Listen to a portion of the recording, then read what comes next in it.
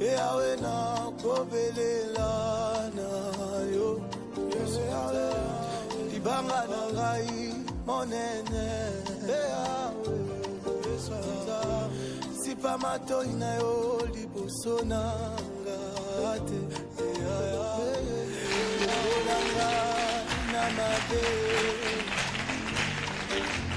Amen, hein? Amen. On reste d'abord comme ça, juste pour quelques secondes. Vous allez nous dire un livre, Luc 1, 34, 35.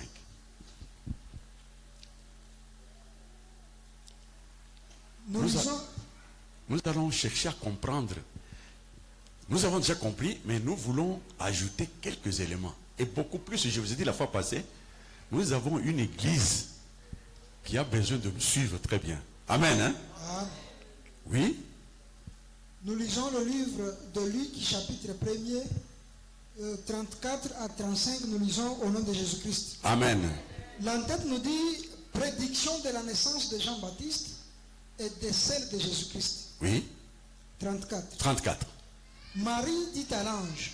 Marie dit à l'ange? Comment cela se fera-t-il? Comment? Tu me dis que je vais mettre au monde un enfant. Mais comment cela va-t-il se passer? C'est ça un homme intelligent. Amen. Hein? Amen. Quelqu'un qui veut devenir mtoto wa Mungu, il veut devenir serviteur de Dieu. Mais il dit, mais comment tout ça va arriver? Plutôt que de sauter directement à dire que je suis apôtre, sauter directement à dire que je suis pasteur, sauter. Non, il dit, mais comment tout ça va-t-il arriver? Oui? Puisque je ne connais point d'homme. Puisque je ne connais point d'homme. C'est l'homme c'est l'homme qui fait concevoir la femme. Amen. Hein? Amen. Mais il faut avoir eu un homme. Alors il dit, je ne connais point d'homme. Oui? L'ange lui répondit. L'ange lui dit, le Saint-Esprit viendra sur toi. ne t'en fais pas. Voilà la procédure. Tu veux devenir apôtre, d'accord. Tu veux devenir pasteur, d'accord. Tu veux devenir bishop, comme tu veux. Mais regarde, l'ange viendra. C'est l'ange qui va faire tout ça. Oui? L'ange, c'est l'enseignement. L'ange, c'est l'inspiration, c'est la parole de Dieu. Parce que l'ange vient du ciel. Oui, l'ange viendra. Et la puissance du Très-Haut te couvrira de son ombre. Oui. C'est pourquoi le saint enfant qui naîtra de toi. Dans cette condition-là, l'enfant qui naîtra peut être appelé. Sera appelé fils de Dieu. Fils de Dieu. Alors, le prédicateur voulait nous montrer comment est-ce que quelqu'un peut s'engager dans la voie avec la prétention de chercher à mettre au monde, à concevoir un enfant de Dieu, mais il conçoit son propre enfant. Voilà pourquoi il a parlé de jumeaux. Il dit, chez Dieu, il n'y a pas de jumeaux. Amen. Hein? Il dit, mais l'enfant qui naîtra sera appelé. L'ange était plus que clair. L'enfant qui naîtra sera appelé fils de Dieu. C'est l'opposé du fils des hommes. Amen. Hein? Oui. Oui. Maintenant, on va prendre son premier livre. Matthieu 1, 18, 21. Donc, Amen. Amen. Quand il parlait, moi, quand il était en train de prêcher, je ne sais pas. Je ne vais pas exagérer, mais je ne sais pas. Je vais dire comme Papa Wemba. Parfois, je pense que je vais sauter comme ça, j'irai comme ça. Oui. Nous lisons l'évangile selon Matthieu, chapitre 1er, 18 à 21, nous lisons au nom de Jésus-Christ. Amen. L'entête nous dit naissance de Jésus-Christ. Oui. Voici de quelle manière arriva la naissance de Jésus-Christ. Est-ce que vous comprenez ce français-là? Amen. Hein? Amen. Il a beaucoup insisté, il a mis l'accent sur ça. De quelle manière est venue la naissance de Jésus-Christ? De quelle manière? Donc il n'y a pas 1000 manières, non. Il y a une seule manière. De quelle manière? Si tu as la prétention d'avoir, voilà la manière. Amen. Hein? Voilà la manière, oui. Marie, sa mère, ayant été fiancée à Joseph, oui, se trouva enceinte par la vertu du Saint-Esprit. Vous comprenez la puissance de Dieu. Dieu, il a usé de beaucoup de prudence. Il s'est dit, je vais mettre ces gens loin de l'autre.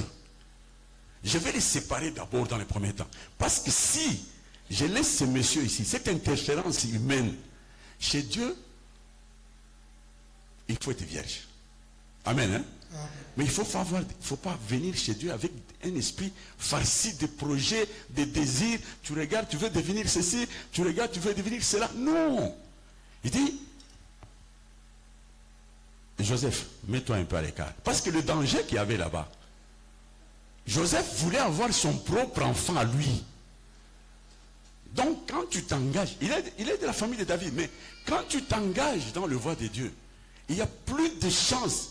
C'est un risque d'ailleurs, que tu aies, au lieu d'avoir l'enfant de Dieu, mais toi tu enfantes ton propre enfant. Alors Dieu a pris le soin de les séparer dans les premiers temps. Amen. Hein? Amen. Oui. Avant qu'ils eussent habité ensemble. Oui. Joseph. Qu'est-ce qu'il voulait dire? Parce que, vous savez, Amen. Hein? Amen. Ce qui est naturel a plus de facilité de supplanter ce qui est spirituel. Amen. Hein? Amen. Alors, si on ne prend pas de précautions, c'est-à-dire on va avaler les spirituels par les naturels. Et l'enfant qui va naître, on va lui donner un nom, un petit bon nom. Palmédie. Mais ça n'a rien à faire avec oui? Joseph, son époux, qui était un homme de bien. Qui était un homme de bien. De bien comment? De bien à la recherche de ses propres intérêts. De bien. Oui? Et qui ne voulait pas la diffamer. Qui ne voulait pas la diffamer. Voilà. La diffamation, c'est quoi d'abord? La diffamation, c'est le fait de divulguer des propos de nature à nuire à la réputation de quelqu'un. Alors, comment est-ce que cela va se passer? Pourquoi est-ce qu'il veut diffamer Marie? Il veut diffamer Marie parce qu'il s'est engagé dans le voie de Dieu avec espoir d'avoir ses propres intérêts. Mais il se rend compte que l'ange avait bloqué. L'ange dit, l'enfant qui naîtra sera appelé fils de Dieu. Il s'est dit, mais mes intérêts se trouvent à quel niveau? Et le prédicateur a bien dit, il a dit, mais il y a beaucoup de gens ici qui ont déjà divorcé. Amen. Hein? Amen. Pour la simple raison que nous sommes venus, beaucoup de gens, beaucoup d'églises aujourd'hui, ils ont rencontré, si je peux dire, Dieu par hasard comme Saül. Donc il est à la recherche de ses ânesses. Quelqu'un qui est malade, qui vient ici, qui dit, je veux guérir. Quelqu'un qui veut avoir des enfants. Quelqu'un qui veut avoir un emploi. Quand il vient ici, donc c'est par hasard qu'il est ici. L'enfant qu'il cherche, ce n'est pas l'enfant de Dieu. Amen. Hein? Oui. Vous connaissez l'histoire de Saül. Il était en train de chercher les ânesses de son père. C'est par hasard qu'on lui a dit, mais il y a quelqu'un ici. Et puis il va dire, mais est-ce que...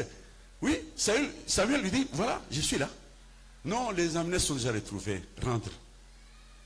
Donc, et vous avez vu comment est-ce que cette royauté est tombée. Quand ça commence mal, ça finit toujours mal. Quand tu as bien commencé, et ça va bien se terminer. Alors, Joseph a regardé et dit, mais mes intérêts se trouvent à quel niveau? Aujourd'hui, c'est ainsi que vous voyez beaucoup d'églises ici. Quand on commence à prophétiser, les gens sont debout, ils ne dorment pas. Hein? J'ai essayé de poser la question à quelqu'un, j'ai dit, mais on avait prophétisé une maman la nuit. Il dit, non, on lui a dit ça et ça. Mais je dis, tiens, mais quand on parle de la parole, on ne peut pas retenir. Les prophéties, on retient jusque... Amen. Hein? Oui, c'est ça qui pousse aujourd'hui beaucoup de serviteurs de Dieu d'aller chercher de la magie, des gris-gris. Quand il fait comme ça, les gens tombent. Parce que les gens sont apprêtés, ils aiment ça. Vous voyez sur les réseaux, il fait comme ça, les gens tombent. Il tourne comme ça, il fait, mais c'est un spectacle, mais ça donne quoi ça? Et tu vois des gens pleins là. Ils tombent aujourd'hui, ils tombent là-bas, ils tombent. Et puis après, on appelle ça puissance de Dieu. Pourquoi? Parce qu'ils pensent que dans cette puissance ici, je peux avoir mon visa. Dans ce qu'il fait ici, je vais guérir. Dans ce qui, parce qu'ils appellent ça la présence de Dieu. Amen. Hein? Si aujourd'hui, Joseph n'est pas le seul. Joseph n'est pas le seul. Les Joseph sont très nombreux ici. Si on pose la question, on dit bon, on va passer à une petite interview. Que chacun me donne une requête, une seule requête à lui. Une seule requête. Dieu demande à tout le monde, à chacun de nous, de lui donner une requête. Je crois que Dieu lui-même sera étonné. Hein? Parce que toutes les requêtes, il va défiler dedans. Ce sera, je veux de l'emploi, je veux la guérison, je veux la prospérité, je veux ceci. Mais c'est très rare qu'on trouve une requête, on dit, non, je demande que Dieu puisse laisser l'expansion, que l'Église puisse s'envoler. Ça, ce sera très rare. Je suis sincère et je crois que vous êtes aussi sincère. Amen. Hein? Je vous avais dit un jour que je suis allé chez M. l'abbé Kassongo. Je suis arrivé, il y avait beaucoup de gens, à mon tour aussi, je suis allé, je voulais parler avec lui de la part de Dieu. J'arrive, on m'a demandé d'enlever les chaussures, tout ça, j'ai fait des formalités. Je suis arrivé maintenant en face de lui. Il m'a posé la question, qu'est-ce que je peux faire pour toi? Moi j'ai dit non, je suis venu pour que nous puissions partager la parole de Dieu. Et il me dit, juste ça. Moi je dis oui, juste ça. Et puis nous avons un peu parlé, je suis parti. Mais ce qui m'a plu, c'est que le lendemain, ceux qui étaient dans le culte, il leur a dit que ça fait 45 ans que je suis dans ce ministère. Mais depuis 45 ans, je n'ai jamais rencontré quelqu'un qui vient pour chercher, poser des problèmes autour du salut. Tout le monde qui vient, 45 ans il dit, tout le monde qui vient, c'est soit maternité, c'est soit emploi, c'est soit voyage, c'est soit blocage. J'ai dit ça pour que nous puissions, chacun de nous puisse comprendre, se poser la question, est-ce que je suis dans la vraie voie où il faut te raviser? Parce qu'il a dit, tu vois, il a parlé de Rebecca, on va y arriver. Il a dit, mais quand Rebecca s'est retrouvée avec 2 nations dans son ventre, elle a dit, non, pourquoi suis-je alors enceinte? Moi, je cherche la vie, mais cette complication, elle est rentrée consulter l'Éternel. Mais c'est ça. C'est ça une femme intelligente. Oui. Se proposant de rompre secrètement avec elle. Oui, il avait raison. Quand il voit que ses intérêts, ça fait 5 ans, 10 ans que je suis venu. Bon, Anthony, ah bon, mon ça mon puissance. La puissance, c'est parce que c'est qu'il cherchait lui, il ne l'a pas eu. Mais Dieu est là.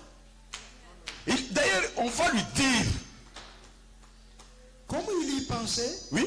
Voici un ange du Seigneur lui est apparu. Celui-là a eu la chance. Heureusement, lui a eu la chance d'avoir un ange du Seigneur. Mais il y a des gens qui ont déjà divorcé. Et l'ange vient et il parle, il dit, mais mon cher ami, mais ça vous choque. L'ange, tais-toi. Alors, heureusement, lui, parce qu'il est de la famille de David, il dit, l'ange lui parle. Qu'est-ce que l'ange lui dit? Il dit, Joseph, David, oui, ne crains pas de prendre avec toi Marie, ta femme. Ne crains pas. La crainte vient de quoi? La crainte vient de la mauvaise conception des choses. Les gens croient que quand on parle de la vie éternelle, il n'y a pas de soubassement. Nos intérêts ne sont pas pris en compte. Mais non! Si on vous permet, parmi vous ici, de faire des témoignages, vous allez vous rendre compte qu'il y a des gens qui ont été visités par Dieu. Amen. Hein? Oui, si on met ce programme-là, on dit, alors on va commencer à faire des témoignages. Mais vous allez vous rendre compte, c'est parce qu'on ne se communique pas. Vous vous rendrez compte qu'après 3 jours, après les prières que nous faisons, Dieu est là et il se manifeste. Donc, voilà pourquoi on dit non. N'aie pas peur. La présence de Dieu, c'est la présence de tout. Quand Amen. Quand Saül a retrouvé le prophète Samuel, il avait le problème des ânesses. Le prophète lui dit, mais à qui est-ce qu'on a réservé tout ce qu'il y a de plus précis en Israël? C'est-à-dire que quand tu vois Dieu, et les ânesses sont là-bas. Mais le problème avec Dieu, c'est que tu ne peux pas mettre les ânesses au premier plan. Si tu mets les annexes en avant-plan, tu as biaisé la démarche. Amen. Hein? Amen. Oui. Car l'enfant qu'elle a conçu vient du Saint-Esprit. L'enfant vient du Saint-Esprit. On passe maintenant au deuxième livre. Genèse chapitre 1, verset 13.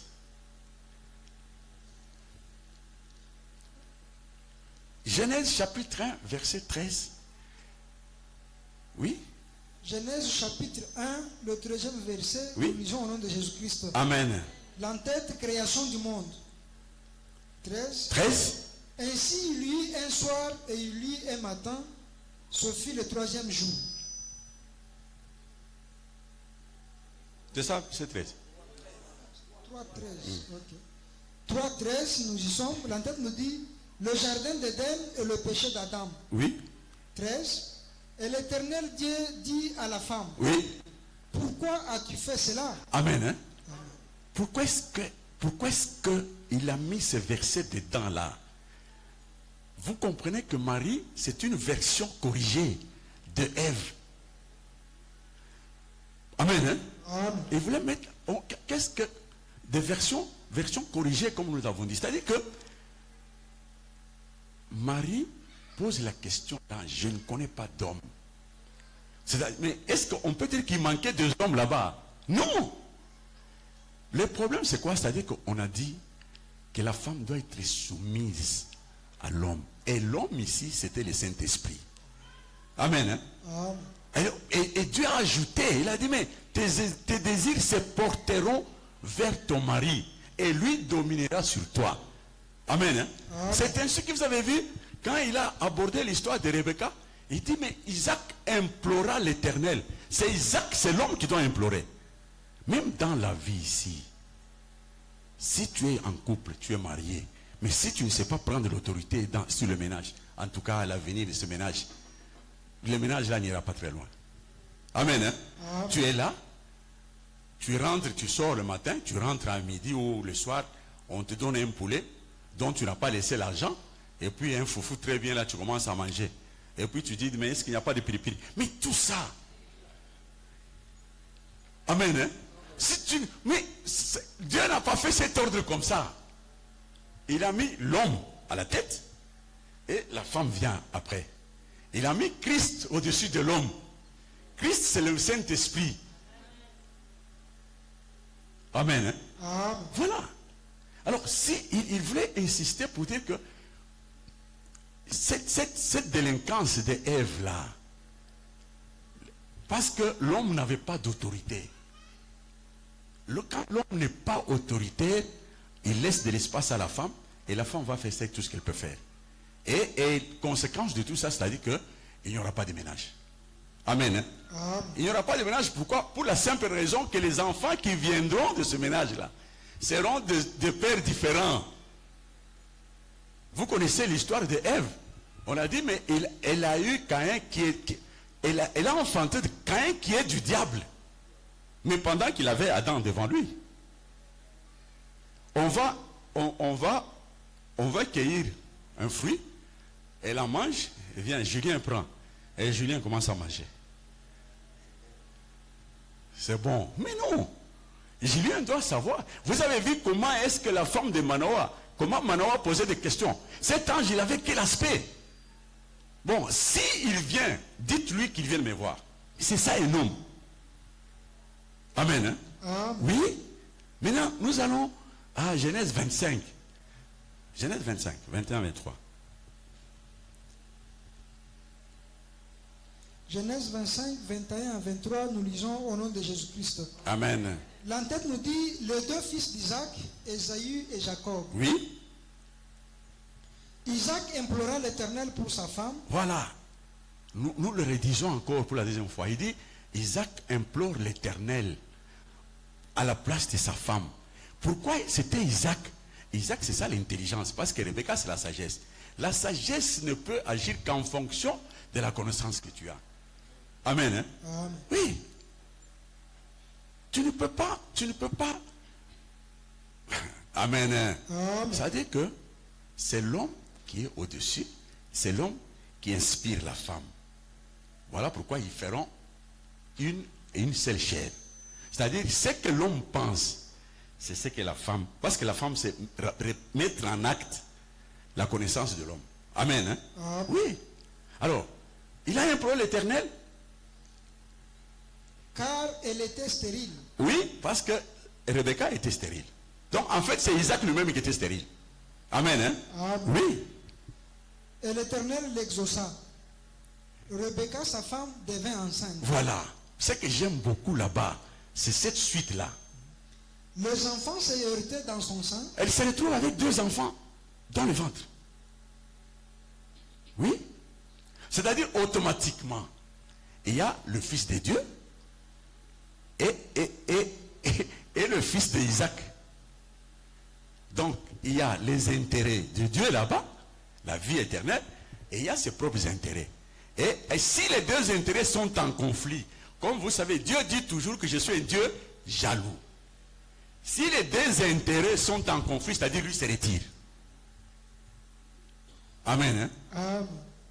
Oui.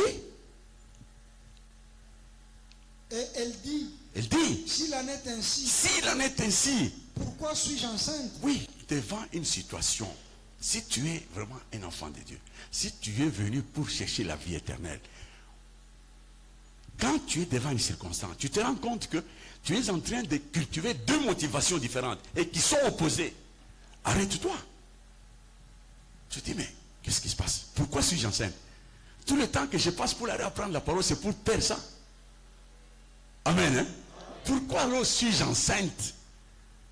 Elle est rentrée consulter l'Éternel. C'est-à-dire, tu dis, mais, et la parole que j'écoute, et ce que je suis en train de faire, ça n'a pas de rapport. Et cette question, ça, les gens ne se la posent pas. Amen. Hein? Ah. Les gens ne se la posent pas. Si vous apprenez, vous vous retrouvez, il s'est retrouvé déjà en train de... Amen. Amen. Être un homme de Dieu, c'est ça. Être un homme de Dieu, c'est ça. Donc, la femme s'est dit, alors, pourquoi alors suis-je enceinte? Elle va consulter l'Éternel, et l'Éternel l'a rassurée. Il dit, attention, oui? Et l'Éternel lui dit, L'Éternel lui dit, 2 nations sont dans ton ne t'en ventre. fais pas, ça sera toujours comme ça. 2 nations seront toujours dans ton ventre. Amen. Hein? Amen. Donc, dès que tu te retrouveras devant une situation, il y aura toujours des motivations. Mais le problème qu'il y a, c'est quoi? En quoi consiste cette capacité? C'est pas pour faire comme ça, vous tombez. Non, non. Plutôt, Et 2 peuples se sépareront au sortir de tes ils doivent se séparer au sortir du ventre. De quelle manière? L'un de ce peuple sera plus fort que l'autre. Voilà ce que vous devez faire, simplement. Amen. Hein? Amen. Voilà ce que vous devez faire. Au sortir là, ces 2 peuples, qu'est-ce que toi tu devras faire? C'est-à-dire, tu fais de manière à ce que le plus jeune là assujettisse l'aîné. Amen. Hein? Amen. Paul dit dans Corinthiens, il dit, tel est terrestre, tels sont des terrestres. Tel est céleste, tels sont des célestes. C'est-à-dire que si tu es terrestre, tu vas donner libre cours à l'aîné. Parce que c'est ta nature. Amen. Hein? Mais si tu es céleste, tu cherches à enfanter un enfant de Dieu, tu vas laisser libre cours au plus jeune parce qu'il doit assujettir l'aîné. C'est-à-dire, il faut que tu t'étouffes toi-même au profit de Dieu. C'est ça la marche du salut. C'est de cette manière-là qu'on peut avoir le salut. Alors, dernier livre. Luc 17, 34, 36, je crois. Amen. Amen. Luc chapitre 17, Oui. 33 à 36, nous lisons au nom de Jésus-Christ. Amen. L'entête nous dit exhortation à la vigilance. Oui. Celui qui cherchera à sauver sa vie la perdra. Amen. Amen. Qu'est-ce qu'il voulait dire? Il voulait simplement dire que le royaume de Dieu ne vient pas de manière à frapper la vue.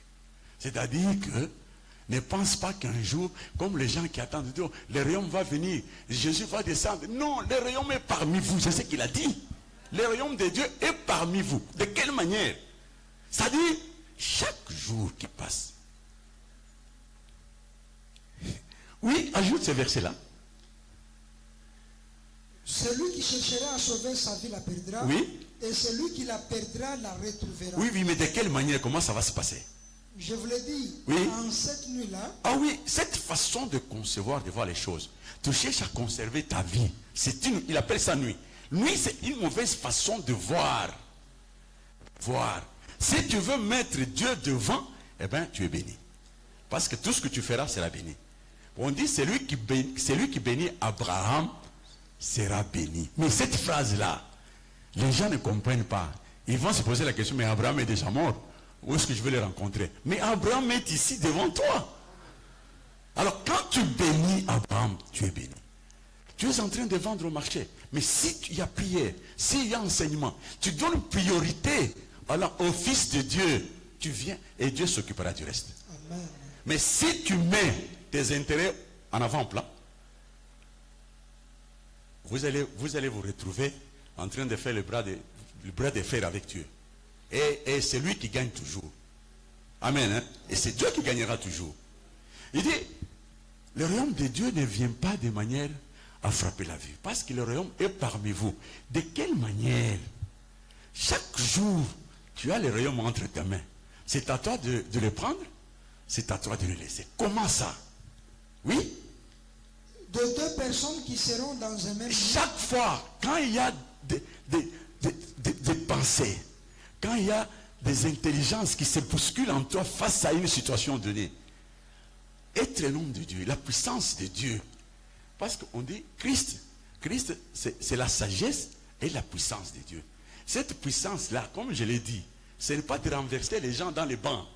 Non. Mais ça, pour quel but? Pour quel objectif? Non, non. Amen. Hein? Ah. Je l'ai dit à vous, mais je l'ai dit aux autres là, qu'ils comprennent. Faire comme ça et les gens tombent. Faire comme ça et les gens tombent. Même ceux-là qui vont dans ce genre d'église-là. Mais, mon tout, ce qui différencie un homme d'un animal, c'est là. C'est-à-dire, mais ce qu'il fait ici, l'impact sur moi, c'est sur ma vie spirituelle, c'est quoi? J'en ai vu qui tombait mal. Hein? Il tombe mal, il pouvait même se briser un bras ou quoi là. Mais, bon. Amen. Hein? Alors, il veut dire, c'est ça la conclusion de la prédication. Il veut dire que le royaume est avec toi. C'est à toi soit de le rejeter, soit de le prendre. Chaque fois que tu es devant une situation, exerce-toi. C'est ça le royaume. Exerce-toi. Il y a des intelligences qui se bousculent. Tu dis, mais moi je suis. Tu consultes l'Éternel. Qu'est-ce que l'Éternel dit par rapport à ça? Et puis tu viens, tu dis, non, non. Moi je ne peux pas agir comme tout le monde. Moi je suis particulier. Je suis spécial. Je dois agir comme ceci. Quand tu poses cet acte, tu es en train de marcher en direction du royaume. Amen. Hein? Ah. Oui, il dit. Oui, Michel. L'une sera prise et l'autre laissée. Oui, allons. De deux femmes qui moudront ensemble. De deux femmes qui vont moudre ensemble. Mais, Jérémie, tu as déjà vu, tu as déjà vu deux femmes en train de moudre ensemble? Hein? Oui, parce que les gens, ils disent que non, non. Mais est-ce que tu as déjà vu deux femmes en train de moudre ensemble? Et puis, avec quelle autorité tu vas dire, mais...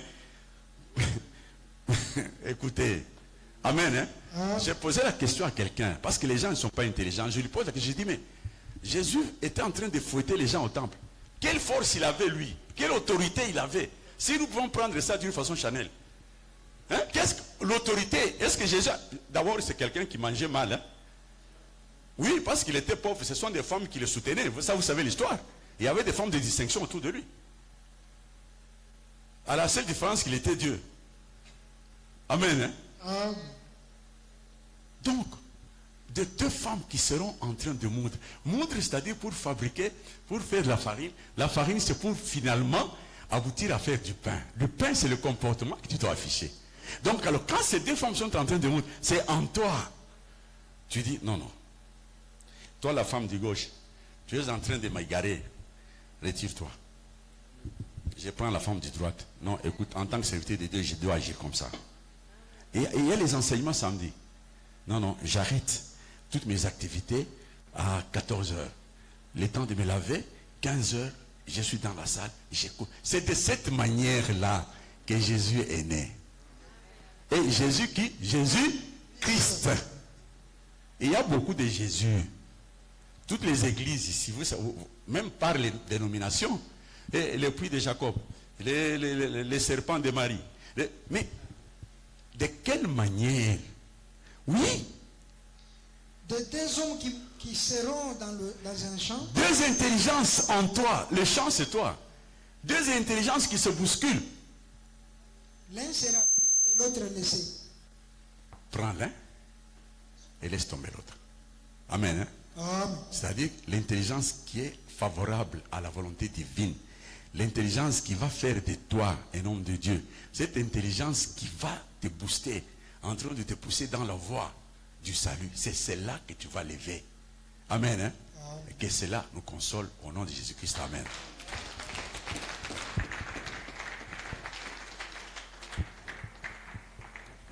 Est-ce qu'on peut acclamer à la gloire de notre Seigneur Jésus?